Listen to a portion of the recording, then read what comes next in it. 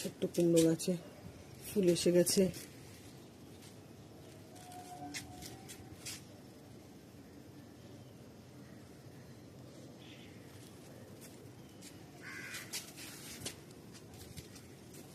আর এই যে কামরাঙা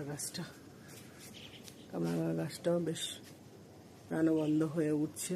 পাশেই একটা পেঁপে গাছ, এই পেঁপে গাছটার পেঁপে ধরেছে, পেঁপেটা বড়ও হচ্ছে। কিন্তু পেঁপে গাছের পাতাগুলো দেখুন কীরকম যেন একটা হয়ে গেছে, সরু সরু হয়ে কীরকম হয়ে যাচ্ছে।